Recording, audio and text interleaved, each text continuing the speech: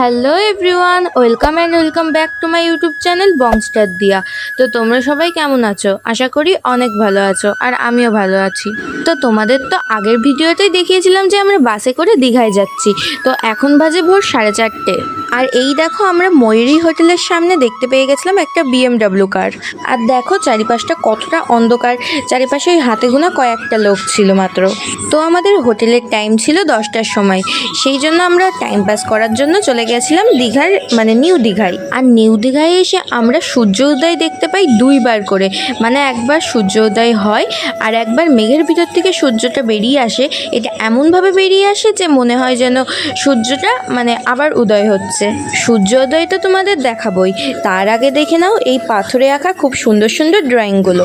দীঘার পাড়ের এই পাথরগুলোতে এই ড্রয়িংগুলো দেখতে পাবো, এইটা আমাদের কাছে তো পুরো আনএক্সপেক্টেড ছিল। এখানে বিভিন্ন রকমের কার্টুন ছিল, like Doraemon, Shizuka, Tom and Jerry, এইসব। আর এখানে যারা এঁকেছিল তারা চিত্রকলা একাডেমি থেকে এসেছিল, যারা আঁকিয়েছিল তারাই পাথরের গায়ে লিখে থুয়ে গেছে এই নামটা। সত্যি প্রত্যেকটা আঁকা পুরো অসাধারণ নিখুঁত হয়েছিল। আর আমার পার্সোনালি যে ড্রয়িংটা সবচেয়ে বেশি ভালো লেগেছে সেই ড্রয়িংটা হলো এই সুজুকাটা। আর এই হলো সেই সময় যে যখন আমরা এখানে ঘুরছিলাম, তখন ঠিক এই সময়টাই সূর্যোদয় আমরা দেখতে পাই। তাই তাড়াতাড়ি করে ভিডিও করে নিই, চলো তোমাদের সাথেও শেয়ার করি।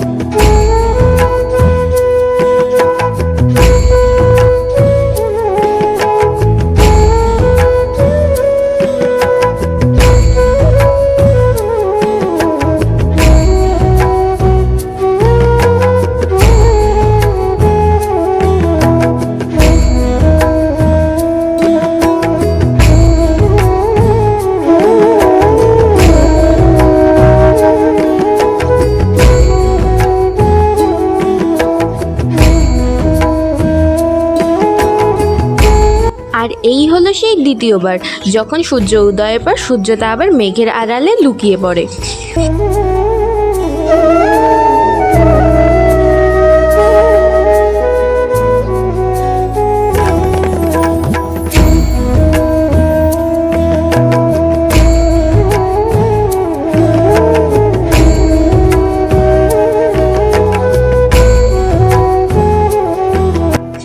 একই জায়গায় থেকে সূর্য উদয় আর সূর্য ডোবা একই সঙ্গে দেখা সত্যিই ভাগ্যের ব্যাপার। আরও কিছুটা টাইম পাস করার জন্য আমরা সমুদ্রের এই স্রোত দেখতে থাকি, যা ছিল সত্যিই অসাধারণ।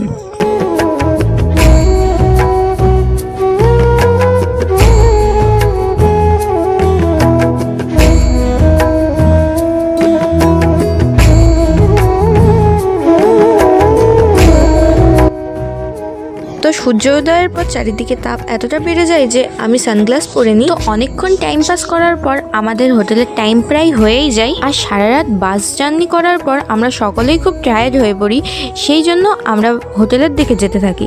আর এখানেও ঘটে একটা আশ্চর্য ঘটনা। তো আমার ভালো নাম স্বস্তিকা, আর আমরা যে হোটেলটা বুক করেছিলাম সেই হোটেলটার নামও ছিল স্বস্তিকা। নিজের নামের সঙ্গে ম্যাচ করা হোটেলে থাকতে কার না ভালো লাগে বলো। আর হোটেলটা বাইরের দিক থেকে দেখতে খুব অ্যাস্থেটিক ছিল, আর ভিতরেও আমরা একটা অ্যাকোরিয়াম দেখতে পাই, যেখানে ছিল খুব সুন্দর সুন্দর কয়েকটা মাছ।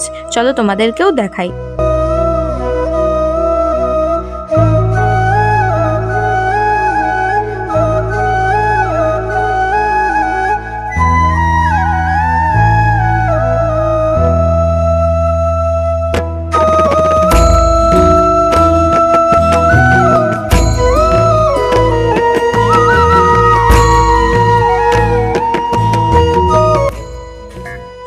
রিসেপশনে কিছু কাজ সেরে আমরাও আমাদের ঘরের চাবিটা পেয়ে যাই। তো আমাদের রুমটা ছিল ফার্স্ট ফ্লোরে, আর ফার্স্ট ফ্লোরে আমরা সামনের দিকে একটা ব্যালকনি মতো পাই ছোট্ট। যাই হোক, এই ভিডিওটা আর বেশি বড় করছি না। তোমরা যদি দীঘার জগন্নাথ মন্দিরের ফুল আপডেট পেতে চাও তাহলে আমার চ্যানেলটা প্লিজ সাবস্ক্রাইব করে রেখো। তো দেখা হচ্ছে পরের ভিডিওতে, বাই।